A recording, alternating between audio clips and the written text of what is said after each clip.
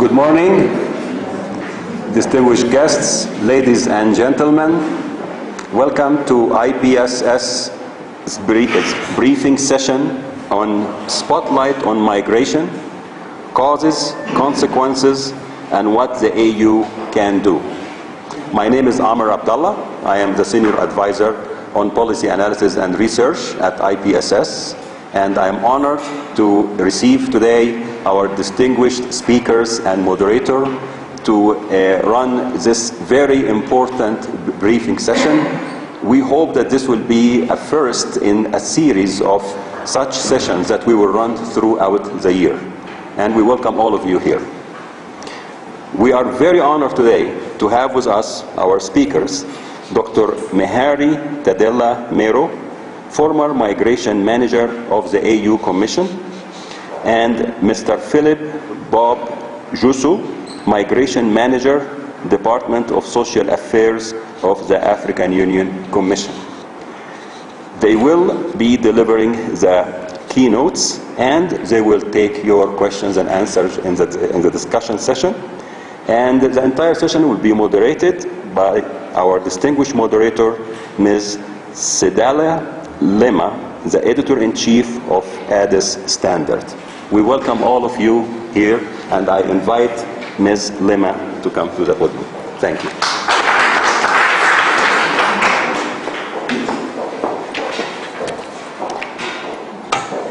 Thank you very much, Abdallah. Good morning to you all.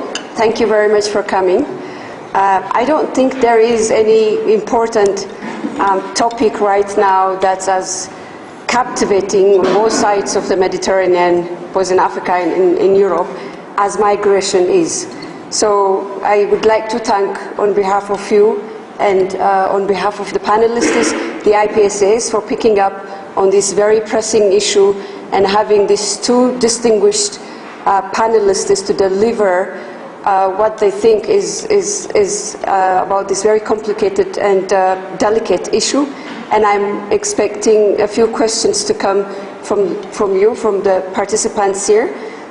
Further ado here, I would like to say, first go to Dr. Mehari to give us his presentation for the next 20 minutes. Thank you very much. Good morning to all of you. I would like to thank Fadala for the kind introductions, and also I would like to join her in appreciating IPSS for picking this topic and also requesting me to contribute to this discussion with this event, IPSS in general. And I'm also very happy that Sadala said emphasize on the current program manager who is Philip, so the hard questions will go to him. I'm former, so that's an important distinction to be made. But what I will try to do is an introduction for the hard work that Philip will be performing today. I just wanted to give you a conceptualization in general that will help frame our discussion on what AU and specifically which the recent engagement I had with IGAD on migration policies, migration-related policies that has been developed. So I will discuss a little bit on what do we mean by migration and how that is also related to displacement and mobility. What are the determinants and the frequency, nature, and trend of migration in and from Africa. And perhaps a very helpful aspect that we look forward, especially as input for policy formulation and also even academic engagement, is how megatrends in Africa are related to migration and what migration will look like in the future, just a foresight or scenarios that has been developed by various institutions studying migration. And also the challenges, concerns, and opportunities related to migration, which I think Philip will be dealing more in depth when it comes to the challenges the African Union and perhaps to some degree the regional economic communities and member states are facing. And some suggestions also on what are the missing links in terms of governance of migration in Africa. First, I think it's very important to look at migration again in relation to state, and not only the nature of state as cause and consequence, with factors that affect the nature of state or characterize the nature of state, and how it has bearings on migration of population, but also how it's related to sovereignty of state. And increasingly, we see that when it comes to human security of population, and when it's related to internal displacement or refugee, we look at protection of individuals, citizens, mainly within their country, within their territory, or other people who cross border seeking protection as refugees, that we see have a bearing on the sovereignty of the state. State being defined whether it provides effective protection or human security to its population, and whenever the state is unable to provide that kind of protection, human security to its population, the fact that sovereignty is considered as forfeited by the state. And as such, many policies that later on we'll look at are framed in this perspective that AU, REX, United Nations, and other regional mechanisms serve as subsidiary organizations to provide that human security when state fails to provide that. And that is, call it as intervention, interference, or whatever name that is given. And the responsibility to protect being redefined as, or reconceptualized as sovereignty as responsibility. If you see the issue of responsibility to protect, and as such, sovereignty being redefined as responsibility, you will see its roots is in displacement, especially with internally displaced persons. Francis Deng, Roberta Cohn, and others who have written first on the need to reconceptualize sovereignty as responsibility to provide human security has a bearing on migration and internal displacement. And also, under international human rights law, we know the duty to respect, protect, and fulfill also relate to responsibility of states to their population. And increasingly, we will see later on migration, especially forms of migration that are forced, that is displacement, you will see that the issue of delivery of basic services to the population, and at the same time exercising power, legitimate power within a country, determining the issues related to migration in a country. And later on perhaps we'll look at if the different causes and consequences of migration are related to human security, how they are related to human security, both soft and hard security. And just to see a continuum, I just listed some of the issues, factors that are considered either as soft insecurity, as a cause of migration, or accelerators or triggers. You have extreme events and shocks, floods, or natural disaster, volcano, even if it's not natural, drought, which can lead to famine when there is no effective responsive governance responding to drought, or extreme vulnerability of different kinds. A country of origin like Ethiopia and a country of destination like South Africa do not have the same end state. They don't see each other as such in terms of what is the priority.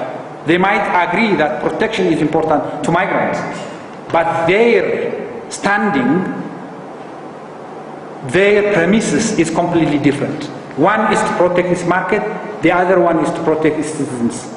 And this can happen also within our region, South Sudan, where you have many migrants now, which is not well governed. We may have the next problem in South Sudan in terms of the xenophobic attacks and so on. And these are differing, divergent interests and contradictory in the states that we see between countries of origin, countries of destination, and countries of transit. Years we have developed more than 203 normative frameworks, policies, 43 treaties and conventions. Now we have to move from norm setting to norm implementation. It's time that every penny and every minute of the African Union regs and even member states have to implement this one. Of course, implementation is of the member states. The alpha and omega, at least the omega of implementation are member states. Maybe the alpha, the initiation may come from regs, AU and others, but at least implementation will depend on member states. But there are things that the African Union and regs can do. We have to take these policies down to the member states where they pledge something in Addis Ababa but they don't implement, they forget it when they leave Bole Airport. They have to take these pledges actually to the ground, to their people. The way of to do that one is to select few countries, the highest countries of origin, and perhaps the highest countries of origin every year, a destination, and go there to look where are we in implementing these policies that you have adopted in Addis Ababa, in their capital, not bringing them to Addis Ababa, but the AU has to go to the member states. Philippe has to go to the member states. We have been trying to do that. We have gone at least to the regs at the norm diffusion. Between norm setting and norm implementation, we have to have norm diffusion, and we have been trying to do that one with the regs to diffuse these norms, but ultimately the battleground, the decisive battleground will be the capitals and the member states. The second is the building for capabilities in terms of policy response. If possible, we have to build predictive capability on mobility of people, generally, displacement and mobility, migration in general. Responsive capability is much better than, in my opinion, than predictive and preventive capability in most of member states, at least in the countries of origin. So we have to address also that the responsive capability of member states when migrants are stranded, they are held in prisons, or they face dangers that they have to, there should be capability to respond effectively, at least at member states, if possible also at regs and AU level. Of course, adaptive capabilities to situations, especially with climate change induced displacement. We have to have adaptive capabilities. We have to have programs that allow not spontaneous migration, which may lead to different kind of ills in society, but more planned programs that can help the adaptive capability of the society. One aspect is, like we said, cross-border informal trade and movements, which already pastoralist communities are doing it. But we can encourage this kind of arrangement where adaptive capability sustainable development on the continent, then there is the need for people to move. Regional integration cannot be sustainable without movement of people. You cannot allow goods to move and leave people behind. Hence, movement, free movement of persons, was the backbone of the African economic integration in 1999. Our role as the African Union Commission is to provide guidance to member states. Because of the importance of migration to the African Union Commission, we have come up with a number of frameworks as well as policy instruments. And I would like to name them for you. We have the Migration Policy Framework for Africa, 2006. 2006 was a very important year for migration when it comes to the AU, because it was in 2006 that document came out. The history of that document, of that instrument, is very much dodgy, because it took a number of years for member states to agree on this document. I'm sure the reason for that was our member states do not want this document to be binding on them, which is one of the weaknesses of the African Union Commission. But that's something we'll talk about later. We have the African Common Position on Migration and Development. That decision was taken before the AU and the EU met. The reason why I'm giving this background is because I have this idea that it is only the European Union that is dealing with migration. It is only the European Union that is talking about migration. It is only the European Union that takes the issue of migration seriously. And I want to say here, the African Union had preceded the European Union when it comes to handling issues of migration. The first time the AU and the EU met to discuss issues of migration was in 2006, prior to the meeting in Lisbon, where they came out with the AU Declaration on Migration and Development. Then we have the AU frameworks on refugees, returnees, and IDPs, known as the Kampala Convention, when it's non-binding on them. They spend thousands of dollars, come to Addis Ababa, sleep in decent hotels, eat good food, take decision, go back home, and they, like Dr. Mihari said, leave it at the airport. What are we going to do? Voluntary nature of AU membership, I already talked about that. Population explosion. Dr. Mihari talked about that, but I would love to touch on that a little. This is very important because I remember when we were in Khartoum, the Italian foreign minister said something which was very striking. He said, migration is about numbers. Numbers. Numbers. By 1950s, the population of Europe was almost twice the population of Africa. Today, the population of Africa is almost twice the population of Europe. So whilst we are thinking of population dividend, demographic dividend, the Europeans are thinking that we are going to swamp Europe and overcome them and take over Europe. As a result, people have made political decisions, people have made political careers out of the issue of migration.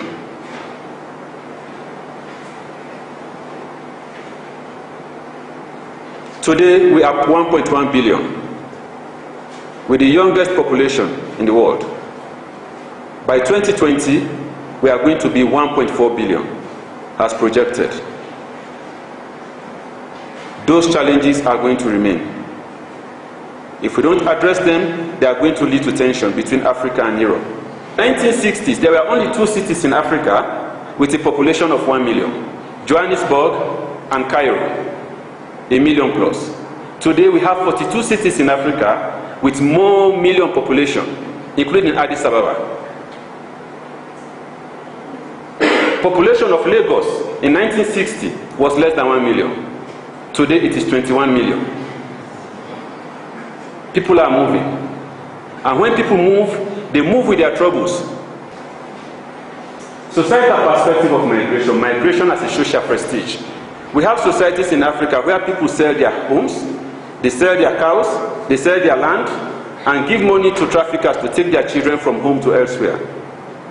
Because the neighboring child has moved, and they see what he or she is doing for his family.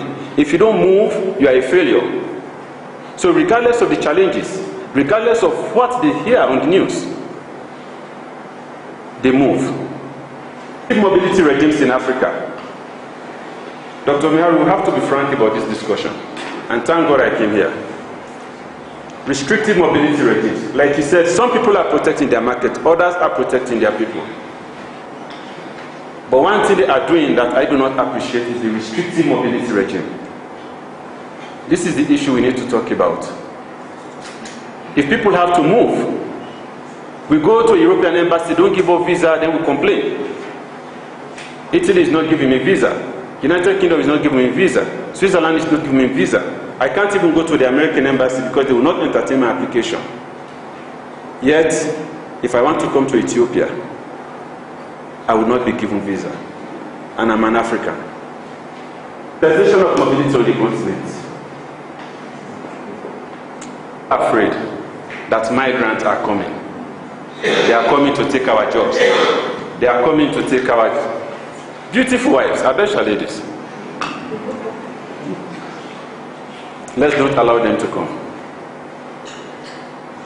When I went to Rwanda, Rwanda is one of those countries, probably the only country in mainland Africa where every African can go without needing the visa. You get visa on arrival.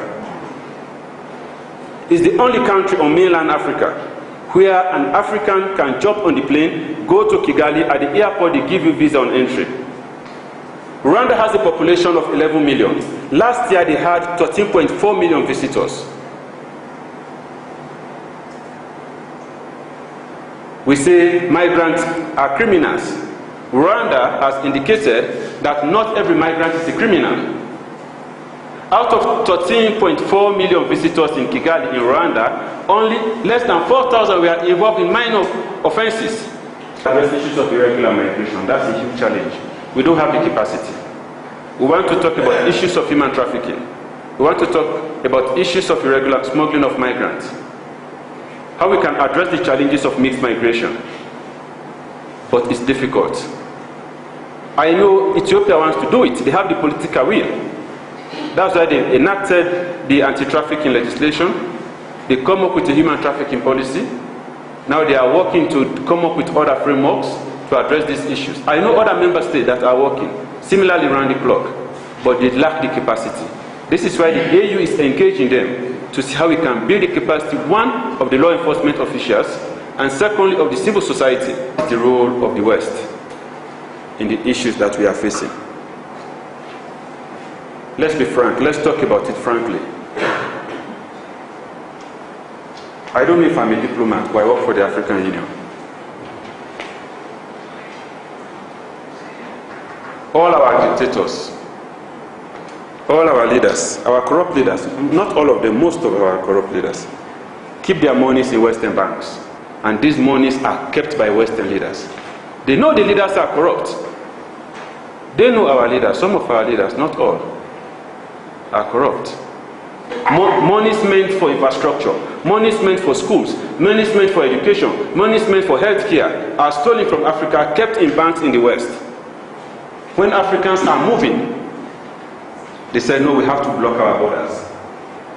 Let's be fair. These people are going in search of their money. Let's be fair. You cannot come and bomb Libya. Libya is so stable. People are moving. And you say, no, we are not going to allow these people to come.